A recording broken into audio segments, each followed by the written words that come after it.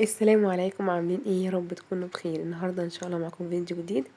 والنهارده بقى هنغير يعني نظام المطبخ كله. تمام. ان شاء الله فيديو حماسي ومتحمسه جدا ليه، وفي النتيجه في الاخر هتعجبكم باذن الله. بس قبل ما نبدا الفيديو، يا ريت الناس كلها تحط اللايك، تحط الاشتراك. وشكرا جدا جدا جدا لكل الناس اللي اتفاعلت معايا على الفيديو بتاع توضيب الحمام. وعجب فرحت جدا ان عجبكم ذوقي في السيراميك، وان المنظر يعني زي ما تخيلتوه. بصوا بقى دلوقتي احنا هنبدأ بقى ايه في المطبخ. كل الناس هنا في الاسكان بتقول ان اول ما بيجي يوضبوا المطبخ كلهم تقريبا، يعني مثلا 80% بيعملوا ايه، بيشيلوا الجدار دوت وبيفتحوا المطبخ يبقى امريكاني على الصاله. تمام. انا بصراحه ما حبيتش النظام ده خالص، يعني مش حابه ان المطبخ يبقى مفتوح على الصاله. اللي يبقى واقف مثلا فاتح باب الشقه يبقى كاشف المطبخ بالشقه بالمطبخ بكل حاجه. وبصراحه مش حاسه ان النظام ده فيه خصوصيه شويه يعني. فاللي جه في بالي بقى هنا ان انا قلت ان انا عايزه المطبخ يبقى مستقل لوحده. يعني ما مش مفتوح على حاجه، يبقى لوحده هو حاجه المطبخ فيه. عندي اي ضيف او اي حد يخش في الطرقه يبقى المطبخ ايه ليه بابه مقفول عليه، ما يبقاش مكشوف يعني على الشقه كلها. طيب انا هنا لما جيت اعدل المطبخ عدلته ازاي؟ انا هنا لما جيت استلمت الشقه كان باب المطبخ بتاعي بيفتح. هو كان يمين المطبخ وبيفتح على الحيطه على اليمين برضو. تمام. فانا بالنسبه لي لو كنت هعمل مثلا مطبخ او هعمل حاجه في يعني ضرفه الباب دي وهي بتتفتح على الحيطه، المكان ده مش عارف احط فيه اي حاجه، مش هحط فيه رخامه، مش عارف احط فيه اي حاجه او دواليب مطبخ او كده. فانا اللي جه في بالي بقى ايه، ان انا بدل ما اخلي الباب في على الجنب في اليمين، لا انا احطه في نص المطبخ بالظبط. واقدر اقفل بقى، شايفين المطبخ ديت؟ يعني بصوا من اول الباب لحد هناك كنت اعمل رخامه. انا لما اشيل الباب ده من مكانه اصلا هعرف اعمل بمسافه الباب دي كلها اللي هي 80 او 90 سم دي كلها اقفلها رخام. فانا دلوقتي هجيب الباب المطبخ في النص بالظبط. هيبقى اقدر على اليمين احط المطبخ من الحيطه للحيطه برخامته، واقدر من الناحيه التانية احط اجهزتي كلها من الحيطه للحيطه برضو. يبقى انا عندي بس في النص هو الممر بتاعي. تمام. بصوا بقى انا هنا لما جيت بدأنا نكسر ايه المسافه دي بالظبط 50 سنتي، اللي هي ال50 سنتي اللي هي تبقى عمق الرخامه في المستقبل ان شاء الله لما اجي احط المطبخ بتاعي والرخامات. تمام. يعني بص هو المطبخ الباب كده احنا بس هنرحله ال50 سنتي دولت. هنجيبه الناحيه، هنجيبه شمال شويه، هي من ال50 سنتي اللي هما بيتكسروا دول بالظبط. تمام. يا رب تكون وجهه نظري وصلت لكم. يعني بصوا انا هنا برضو غيرت كل السباكه بتاعه الحوض اللي تحت الحوض دي كلها، غيرت برضو السباكه بتاعتها، ويعتبر كسرنا 3 بلاطات. تمام. بصوا هنا بقى احنا حددنا كده بالصاروخ. يعني بالظبط كده خدنا مقاس التلاجة عندي 70 سنتي. فبعد 70 سنتي خدت بالصاروخ، والدي كده خد مقاس بالصاروخ وحدد بيه السيراميك علشان لما نيجي نكسر السيراميك ما يبقاش متكسر ويبقى في حاجات مكسره وعشوائي، فنضطر ان احنا نغير الكلام ده كله. لا احنا عايزين نحافظ على السيراميك، لان السيراميك ده بتاع الشركه. يعني اللي هيتكسر منه انا مش هعرف اجيب مثلا غير بالعدد. بصوا هو دوت الحته اللي انا خدتها كده اتعلمت بالصاروخ، وبتتقص فعلا بالصاروخ عشان لما تيجي تتكسر يبقى القص شكله نضيف. تمام. طيب انا هنا في المطبخ لما جيت كسرت الحته ديت، بالنسبة لي ما يعني ايه، هرحل بس الباب الناحية التانية. فالحتة ال50 سنتي دي من الناحية التانية اللي هتتبني انا معليش ما عنديش ليهم سيراميك. تمام. فلما سألت هنا الغفير ان انا عايزة سيراميك نفس اللون دوت، الاول قال لي موجود في كل حتة وانزلي دوري وكده. عايزه اقول لكم انا لفيت الدنيا وقلبت الدنيا ورحت اللي هو سوق التونسي، اللي هو السوق الحضاري او اللي هو اسمه سوق التونسي. قالك بيتباع فيه السيراميك القديم يعني، او اي سيراميك انت عايزه. خدت نوع اي حته من اللي احنا مكسرينها ونفس اللون عشان اعرف اجيب درجه اللون، ونزلت دورت عليها للاسف ما لقيتش. تمام. فلما الدنيا وقفت معايا خالص فجوزي كلم المهندس اللي مسؤول ان هو سلم لنا المكان يعني. قالوا انا عايز دلوقتي نفس نوع السيراميك. بصوا بقى هجيلكوا الحته دي عشان اللي ما فهمنيش في الاول يفهمني تاني. تمام. بصوا انا المطبخ عندي كان هنا في اليمين. تمام. الباب بتاعه بيفتح فين؟ بيفتح كده، فالحته دي كلها كده انا مش هعرف احط فيها اي رخامه او اي مطبخ. تمام. كان المطبخ بتاعي يبقى الحته دي لحد السقف، دي كده اللي هحط فيها الرخامه من الحيطه لحد الباب ما بيتفتح. تمام. والتلاجة كنت احطها على الجنب هنا على الشمال. التلاجة برضو باب التلاجة برضو بيتفتح ازاي؟ هيتفتح في الحته ديت. تمام. فانا دلوقتي عندي المطبخ الباب ده كده مضايقني، هجيب الباب ده احطه في النص هنا. تمام كده يبقى دي دخلة المطبخ. وهحط بقى في مكان الباب ده رخامه، هتبقى الرخامه من الحيطه للحيطه كل دي تبقى متقفله رخامه. والتلاجة برضو لحد هناك هتبقى واخده الاجهزه كلها بالحوض بالغساله بالبوتاجاز بكل حاجه.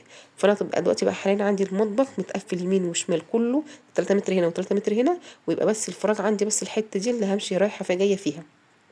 تمام كده. هنا في شباك فوق البوتاجاز. يبقى دوت المدخل بتاعي اللي هو ايه، انا كده استفدت بالحته ديت، والمدخل بتاعي مع دوت. تمام، يا رب تكون وصلت لكم المعلومه يعني ويعني ايه انا حاولت ابسطها لكم ان الناس تفهم قصدي ايه. المهم ارجع بقى لتاني لموضوعنا. روحت بقى لجوزي قال لي المهندس انا عايز نفس نوع السيراميك إيه اسمه، دورت عليه ملقتهوش، قام قال له خلاص انا هوفره لك، إيه المتر ب150 جنيه. تمام. مش متذكره بصراحه هو جاب كام، بس تقريبا هو ممكن يكون جاب مثلا منه 3 كراتين. تمام، 3 كرتونات بتوع السيراميك دولت. فهو بقى لما جبنا السيراميك دوت، بصراحه هو اللي فرق معانا ان هو احنا عرفنا. انا لو ما كنتش هلاقي الاول السيراميك، يعني انا لما جبت السيراميك وضمنته معايا عملت الحوار ده ان انا كسرت ونقلنا والكلام ده كله. لو ما كنتش لقيت السيراميك للاسف ما كنتش هعرف اعدل حاجه، لان ساعتها كنت اخش في تكلفه تانية خالص. كنت ساعتها ان انا لو الموضوع خلاص هكسر ومش هلاقي نوع سيراميك تاني، للاسف كنت هغير في سيراميك المطبخ كله. طب سيراميك المطبخ كله هنا حلو ولا وحش؟ لا هو معقول، لا حلو ولا وحش، هو في وراه مطبل كتير، بس يعني كشكل عام هو لونه بيج ساده. البني ده اصلا كله هيتضرب المطبخ عندي، فبالنسبه لي مش هيبقى فيه غوامق كتير يعني. وفي نفس الوقت هي خلاص المطبخ نفسه هيبقى مداري، يعني البني اللي تحت ده كله داير ما يدور. تمام. انا بصوا في الوش كده خالص في بني برضو دوت، انا هشيله واحط برضو مكانه بيج. تمام لما بتاع السيراميك يشتغل. فهو اول حاجه هنا جينا بصراحه ربنا يكرم والدي، هو اللي كسرها لي، يعني هو اللي كسر هنا الباب. وهنا بيعمل حاجه اسمها كانات حديد بيحطها في الحيطه، ودي بتبقى ماسكه في الباب بيحطها عشان خاطر الباب يبقى ماسك كويس في الحيطه. تمام.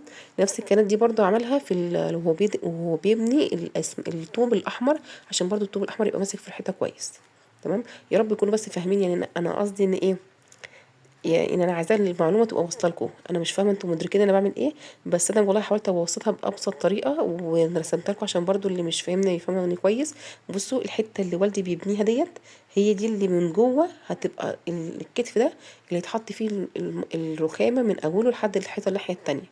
تمام. يعني الحته اللي انا استفدتها دي استفدت بالجنب ده، ان هو وراه يبقى فيه تقفيل الدولاب مطبخ، وهيبقى فيه رخامه لحد هناك. تمام. يبقى مش المطبخ بتاعي الاول كان هيتعمل مثلا 2 متر عشان في متر مثلا الباب يتفتح فيه مرتاح وكده، لا انا نقلت الباب للجنب. تمام في النص بالظبط، وخليت وراه استفاد انا بالحته دي اعمل فيها ايه، تقفيله المطبخ يعني. تمام. والناحيه التانية برضو انا برضو قبل ما تنقلي الكلام ده كله، يعني عرفت مثلا مقاس تلاجتك كام ومقاس رخامتك كام. مقاس تلاجتك مثلا أنا عندي 70، فانا قست هناك من هناك 70، وبعد ال70 عملنا الباب حطينا حدود الباب. تمام. واللي اتبقى هنا كانوا 50 اللي هم اصلا برضو عمق الرخامه عندي. لو اتبقى عندك مثلا 45، انت هتجيبي مثلا الرخامه بتاعتك 45. تمام. فانتوا يعني ظبطوها كده على حسب المقاسات اللي عندكم. مثلا اللي عندكم التلاجة 60 والرخامة 60، هتوصلوا من هنا 60 ومن هنا 60، وهتحطوا الباقي في الباب في النص. يعني انا مش يعني الباب ده عندي بالظبط مش في النص بالظبط، لا انا سايبه حته فيها 50 وحته فيها 70، يعني يعني هو مش بالظبط، في حته اكبر من حته ب20 سنتي. تمام. بس انا مقسمه التقسيمه دي علشان عندي المطبخ والاجهزه يبقوا محطوطين مرتاحين، لان انا للاسف ايه مش هجيب الحاجه جديده للشقه. انا عندي اصلا الحاجات دي كلها موجوده في شقه تانية، فانا هنقل. فانا طبعا مش هينفع هغير المطبخ وهغير الرخام وهغير الاجهزه، فانا عندي الحاجات بالفعل موجوده. فانا بظبط يعني الحاجه اللي في ايديا ديت بظبطها على اللي عندي. تمام كده. طيب انا هنا وانا بجيب الطوب دوت، جبت الطوب دوت جبت 300 طوبه. ال 300 طوبه دول تقريبا كانوا عاملين تقريبا في حدود 500 جنيه. ال 300 طوبه دول طبعا مش للجنب ده بس، الجنب دوت والكتف بتاع الحمام اللي احنا بناه في الفيديو اللي فات اللي انتوا شفتوه اللي هو عجبكم دوت الرفوف ديت معموله برضو بطوب. وبرضو والبانيو برضو السباك كان عايز برضو طوب عشان يقفل تحتيه. تمام. فالحاجات دي كلها كانوا ب 300 طوبه. ال 300 طوبه دولت طبعا انا كنت جايبه اسمنت ورمل وكده ليهم، فما خدوش كتير، تقريبا نص شكاره او حاجه زي كده. بصوا هنا بعد ما والدي كده خلاص بنيها، بصراحه ربنا يكرمه يعني هو اللي مكسر لي وهو اللي بنيها لي وهو اللي محرها لي وهو اللي مقفل لي عليها. فبصراحه ربنا يبارك له، يعني انا لحد دلوقتي كل لما اشوف المكان اقول له ايه ده، مش مصدقه ان هنا ما كانش فيه حيطه وبقى فيه حيطه. فبصراحه شكلها حلو. حتى اي حد بيجي ما يبقاش ما ياخدش باله، يقول لي انا اللي بقول انتوا متخيلين الباب ده كان هنا واحنا نقلنا هنا. يقول ايه ده ما كانش مش باين خالص ان انتوا نقلتوا حاجه. بصوا هنا بعد ما خلصنا الطوب الاحمر، بصراحه هو محرها لي برضو، وسيبناها فتره تنشف. وبعد كده بعد ما نشفت شويه يعني مش شويه، ده نشفت كتير، مثلا بعديها بيومين 3 يعني اتاكدت ان هي نشفت تماما خالص. بعد كده بقى جت مرحله المعجون، ان هو يديها معجون، يعني عشان الاسود دوت يبقى شارب معجون، يعني يبقى نفس ملمس الحته اللي جنبه. هو جبنا على المعجون ده حط نسبه لون اصفر وحطها. بصوا هنا يعني مش بيمحر، بيحط المعجون وبيسحب سكينة المعجون عشان خاطر يبقى تبقى الحيطة كلها ناعمة بنفس الملمس الواحد. تمام. بصوا هو موضوع يعني ايه، هو يبقى سهل بس هو بصراحة صعب ومتعب. بس هو لو انتوا جبتوا بنا او بتاع محارة هيعملها لكم عادي جدا. فانا بالنسبة لي هو الموضوع متعب، يعني خد مننا احنا مجهود ووقت في التكسير، بالذات ان لازم اللي يجي يكسرلك يبقى معاه هيلتي، مش هينفع حد يكسر كده وخلاص. بصوا بقى هنا النتيجة بعد ما المعجون نشف. عايزه اقول لكم كان ولا تقولوا ان هو اصلا كان في حاجه، يعني ما تقولوش مثلا ان احنا كسرنا او جبنا او عملنا حاجه. بصوا ده بصوا يعني هو قفل خلاص، وحط كمان حاجه اسمها البرور اللي هي بتاعت الخشب دي، رجعها مكانها. وبصراحه يعني التقفيل حلو قوي جدا. تمام. اللي فوق دي صندله، بس برضه هبقى اعمل لكم فيديو تاني هقول لكم اتعملت ازاي. وهنا عملنا هو مفتاح الكهرباء بره. تمام. بصوا بقى الحته ديت، الحته دي اللي احنا الكتف اللي هي لسه مبني، لما بتاع السيراميك جه بصوا نفس لون السيراميك اللي احنا اشتريناه عمل لي بيها كتف من ورا. ولا تقول ان في حاجه اتكسرت اصلا، يعني اللي يشوفها لاول مره ما يقولش ان الباب ده اتنقل من مكانه. بصوا بقى هنا ورا الباب كده بالظبط هيتحط الرخامه اللي هي مقاسها 50 سنتي. تمام. والناحيه التانية هتيجي دلوقتي اللي هي 70 سنتي، انا خدت مقاسها 70 سنتي. الحته دي اللي هتحطي فيها الغساله التلاجة، معلش انا اسفه. تمام. فانتوا قولوا لي بس في الكومنتات كده بالله عليكم، باين ان احنا هدينا وشلنا وعملنا. هو بصراحه عملها لي يعني بالامكانيات اللي موجوده معاه، ان هو بالظبط ما يبقاش يعني هنا احنا ما حطيناش يعني في المنطقه اللي واقفه دي قدامكم احنا ما حطيناش فيها اي سيراميك. هو بالسيراميك اللي مشي بالصاروخ بصراحه ظبطت معاه جدا. والجنب دوت اللي هو 50 سم دوت، هو دوت اللي اتعمل فيه الرخامه الجديده، اللي اتعمل فيه السيراميك الجديد اللي اتحط فيه الرخامه. فعايزه اقول لكم لا بصراحه المنظر حلو، وما يبانش ان هو في حاجه اتحطت يعني او اتشالت. فلا بصراحه يعني يستاهل ان انتوا تعملوه لو حابين النظام دوت. انما بقى لو حابين النظام اللي هو المفتوح وكده، اللي هو المطبخ المفتوح، دي برضه حريه شخصيه يعني. بس في ناس تحبه وناس ما تحبوش. بس هو ده كان الفيديو بتاعنا النهارده، ويا رب يكون في حد استفاد منه يعني. وان شاء الله اشوفكم في فيديوهات جديده.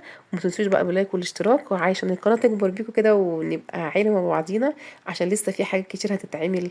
لسه في الكهرباء ولسه في السيراميك ولسه يوم العزال ولسه بقى الفرش ولسه في توضيبات كتير هنعملها مع بعضينا يعني. فانا بصراحه حابه اشارك كل ده معاكم، فيا ريت الناس كلها يعني القناه تكبر ونبقى عيله مع بعضينا. يلا اشوفكم بقى في فيديو جديد ان شاء الله المره الجايه، ومع السلامه.